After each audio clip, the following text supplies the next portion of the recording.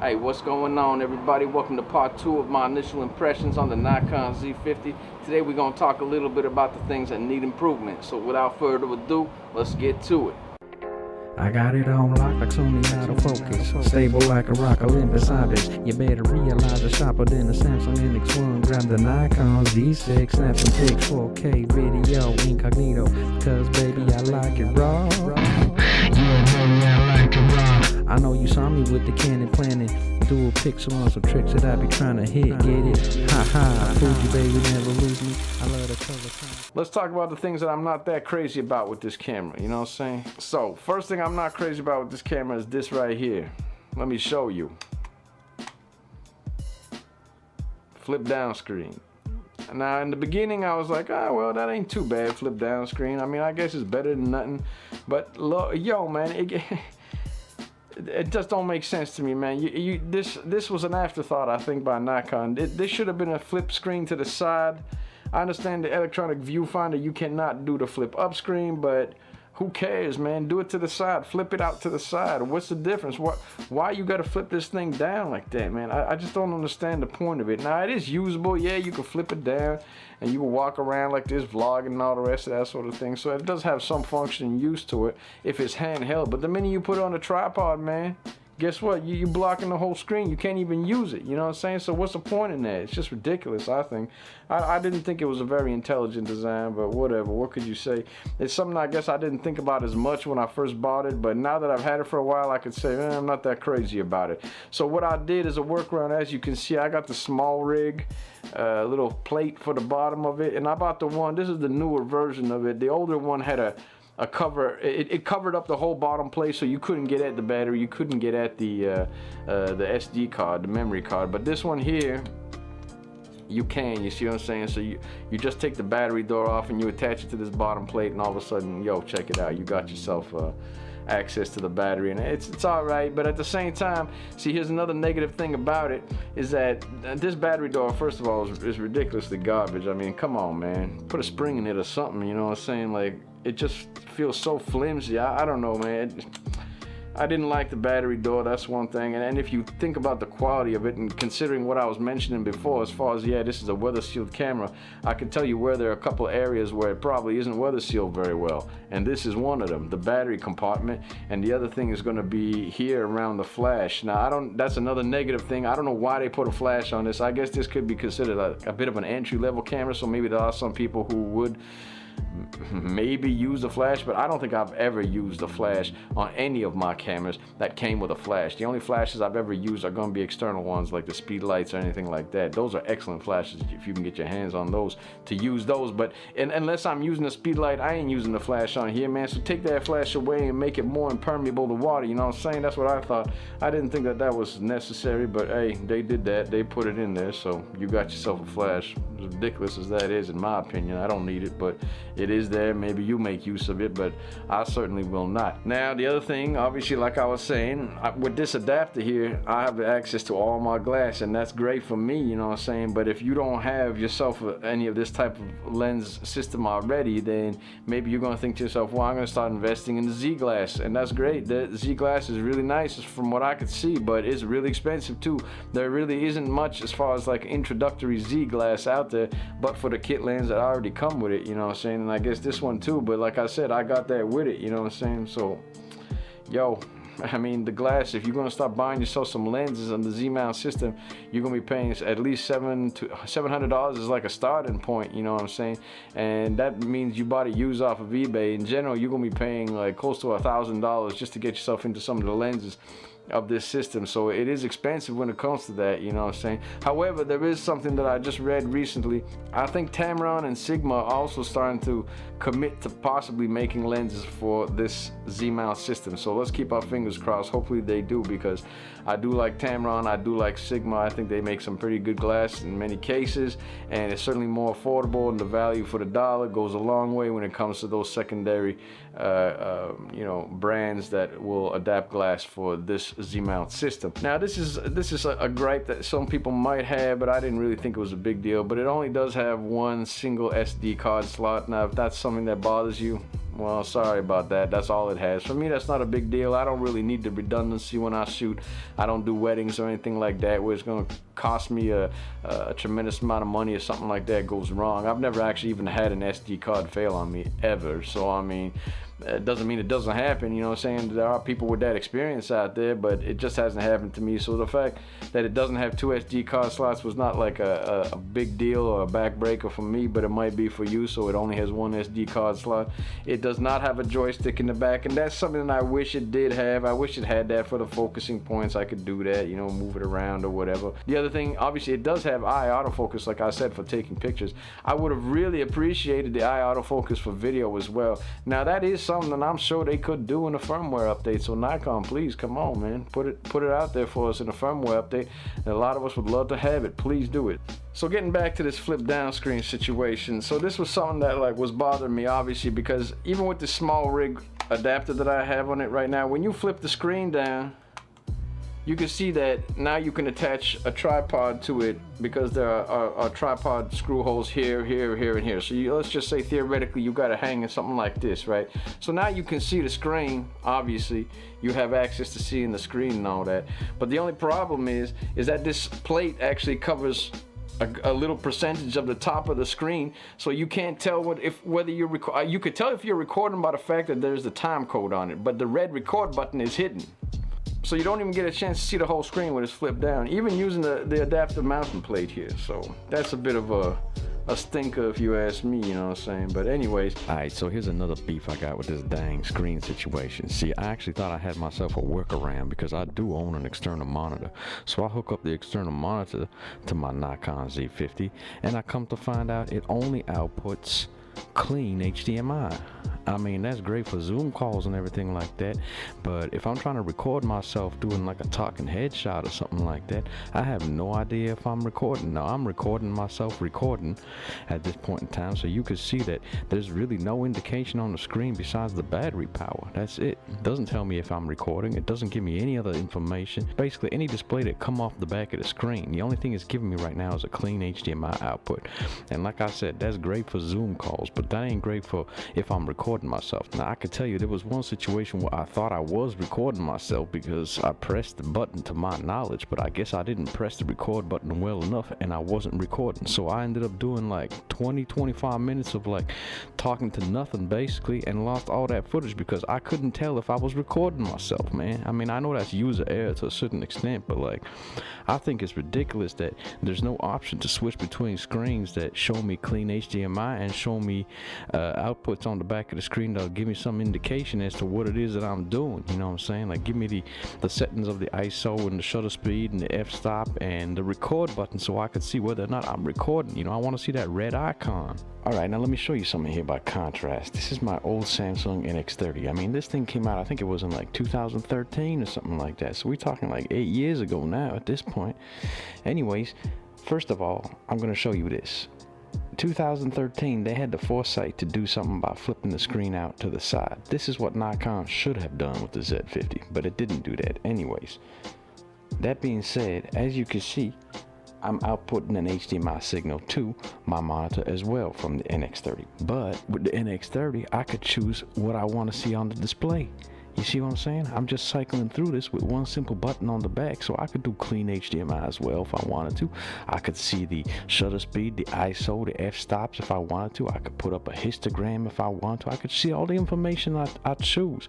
It gives me that option, and that's very handy, you know what I'm saying? If you're filming yourself and you want to see what you're doing, especially since they gave it this bugaboo about this screen that flipped down, give us at least a choice that, you know, you could choose what's displayed on the screen from the HDMI output. Don't just do a clean HDMI. Now, that's something that Nikon can easily do in a firmware upgrade, and I hope that they do, because it would seem to be something that would be advantageous. Another thing worth mentioning is the battery. This is an ENEL25, which was developed, I believe, for the Z50. Now, this battery's capacity, in my opinion, is a little bit low. It should be a bigger battery. I would like to have more life out of this battery. I think it's rated for something like 300 shots. I have no idea what that translates to into video, but I can tell you from my experience, you'll have to change batteries if you're recording yourself or in certain circumstances, which means you're gonna have to buy extra batteries. Now, normally when I buy cameras. I like to cut corners on this and save a little bit of money and buy from like a third-party maker, one of these cheap Chinese brands, because you can get a lot of value for that. Oftentimes you could pick up just like an extra 2 or 3 batteries plus a charger or something like that for, I don't know, less than 30 bucks, 30 to 50 bucks or something like that. But here's the thing about it, they don't have any available for the Z50 at this point in time. I looked and looked and looked and I just couldn't find it. There are no third-party ENEL25 batteries, so you have to buy yourself a genuine Nikon battery, which I did. And the genuine Nikon battery is expensive. It's 70 bucks, man. I bought mine from B&H. I paid $70 for it, or $69.95, whatever it happened to be. And that to me is a little bit exorbitant when it comes to buying extra batteries. I really wish that there were third-party makers that would stop making batteries for this. Also, there are no dummy batteries capable with this camera as of yet, from what I've seen in my research. I may be wrong about that, but I don't think I am, because I haven't been able to find any. So it would be nice to have a dummy battery as well, but there are none available just yet. The other thing is that if you could see here by contrast, this is the battery from my D7500, which is a much larger battery, much larger capacity at 1900 milliamps. And I would have really liked to have seen perhaps this battery being used in the Z50. I know it would probably make it a little bit heavier or whatever, but it doesn't matter. I mean, it's almost double the capacity. Almost. It's not exactly, but almost double the capacity. And it's not even that much bigger if you look at it. So, and the other thing too, it would have been nice for me because I have a bunch of these batteries, so it would have been nice to be able to switch them up in between. But reality is that this battery, you're gonna have to get yourself another one. You're gonna pay top dollar for it. The other thing, the last thing I want to mention about like a con for this camera that I found personally, which I was somewhat surprised about because I normally love Nikon color science, but it was the color science. The color science to me was a little bit strange, like out of camera, let's put it this way. On auto white balance and just letting the camera decide all that, I found it very red, in my opinion. I didn't find it necessarily terribly pleasing. It was something about it that would bother me. Now, I mean, there's certain ways you can sort of play around with it and stuff like that and choose different settings and create more of a look that you want to go for, but sometimes I just like using auto white balance. I just want to see how well it can do under those circumstances. And in my opinion, the auto white balance on this is a little bit off. Now, this does shoot 420 8-bit. So it's not necessarily going to have the most flexibility in post or anything like that. If you want to really start doing some color grading and stuff, you got to keep that in mind. It obviously doesn't shoot any log. It doesn't have like an N log on this or anything like that. It does have a flat profile, and in the flat profile as well, I go in there and I pull the contrast down even a little bit further, and I desaturate it a little bit further. So I kind of create my own N log or something like that, some sort of variation of it based on what I think it might look like, you know what I mean? Basically, I'm trying to make it as much of a washed out image with as much dynamic range as possible to give me the most flexibility in post. And the one thing I found works real well, as a matter of fact, is I will take the custom white balance, and given the circumstances of where I am, and I happen to use this thing all the time, if I can find it, I don't know where I put it, right here. I use this thing all the time. This is my little color checker passport, and I'll just pull out my white balancing card, and I'll just use the white balance, and I'll set the custom white balance. This is for video, by the way, I'm talking about. So I'll set the custom white balance for the video, and that works extremely well. I found, for example, it'll just make everything look proper, you know what I'm saying? I've never had a problem using the custom white balance on this. And actually, I use DaVinci Resolve when I do my editing, and I spent some time messing around with it, and I created like 4 or 5 different LUTs that I now apply to this camera. But I'll show you a couple examples of what that looks like right here, so you can get an idea of what it was that I was developing, how it looks out of camera, and then boom, I plop a LUT over it that I made myself, which wasn't a big deal, pretty easy to do. But you know, all in all, it was a great purchase. I don't regret it at all. I'm very pleased with it. I'm happy to have it. I think as far as like what I paid for it and what it is, it's got tremendous value. There ain't no question about it, man. I'm very pleased with it. I think the deal is probably one of the best that I've ever bought as far as like a camera system invested into this. Like I said, I got this, the FTZ adapter, so the body FTZ adapter and the 2 kit lenses here for $1,146, and it also came with a couple of extras. For example, it came with a a set of lens filters for both, so I have UV lenses. I actually even have the polarizer on here because I think I was taking pictures of birds one time or something like that, so I left the polarizer on there. It happened to be early in the morning or whatever. I was trying to get rid of some of that glare as they were flying over the water or whatever. As far as the package was concerned, it was a tremendous reduction in price, so I was very pleased to get it at that time. And I don't even know if I don't think you can get that deal anymore. The price has gone up since. There might be further reductions, you know, in the future, but at that time that was the best that I'd ever seen it, and it was very, very attractive. $1,146.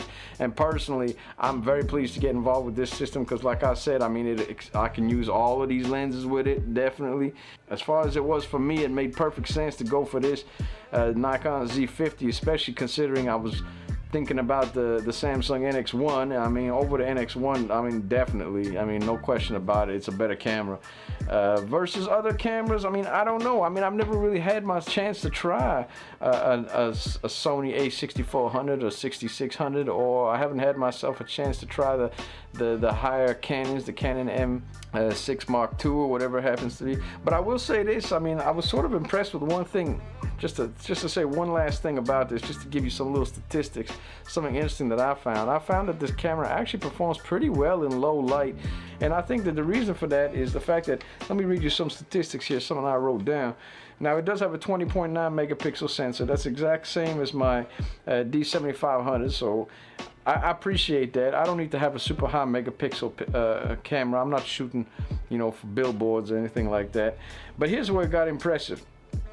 Now, as far as like its competitors, let's compete against the Canon M6 Mark II and the Sony a6400. Now, the Sony a6400 and the Canon M6, both of those do have higher megapixel camera sensors. The Sony is at 24.2 and the Canon is leading in its class at 32.5, which, by the way, finally overtook the leader for many years, which was the one that I'm filming with, the Samsung NX500, which was at 28.5, I think it is, something like that. But here's the difference. The difference is, when you talk about, for me, what's more important than the megapixel count is pixel pitch. And pixel pitch is going to be the size of each pixel, right? So the Canon M6 Mark II is 3.19 microns is the size of each pixel. The Sony's a little bit bigger at 3.89, and bigger than that is the Z50 at 4.22. Now that's pretty big, and to put that in perspective, the new Canon R5 is 4.39. So 4.22 versus the R5 at 4.39.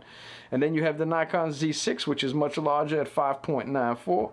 And then the granddaddy of them all, the A7S III, that's 8.4 microns. So you can see that I think pixel size oftentimes to me is more important than the amount of megapixels. And in this case, I appreciate the fact that this has quite a large size pixel for an aps-c size sensor. I personally, from my configuration, especially when you're talking about shooting video or low light situations, like larger pixels. You know, if you're somebody like me who was already invested in Nikon, this could be a natural progression for you, you know. And I think as long as perhaps they keep supporting it through some firmwares, they could kind of, you know, iron out some of the wrinkles that this camera still has and make it better and better and better. But as far as I'm concerned, it works real well. As far as what I paid for it, it's extremely high value to price, and I'm very pleased with it. I couldn't be happier to have it, and I think I made a wise decision to go for this over what I was looking at the time, which was the NX1. So I'm still gonna get that NX1 one day, don't you worry about it. But this popped up at the time, and this just presented much better value for me, so I'm happy I picked it up. But yo, all that to say is that I hope y'all got something out of this video. I hope maybe you learned a little something about the camera. Maybe it gave you a bit of an idea of what to expect if you've been looking for this camera, for example, or thinking of it. It's on your radar, you're gonna be purchasing it. Well, stay tuned, because I'm gonna definitely be doing more testing with this so you can see what it look like in real world situations, and we're gonna investigate, see how good this camera really is. Until then, thank you very much for watching. If you made it this far, yo, I appreciate you, no doubt about it. Please give it a thumbs up if it's something you like, subscribe and all that bullshit, and I'll see y'all in the next one. Peace.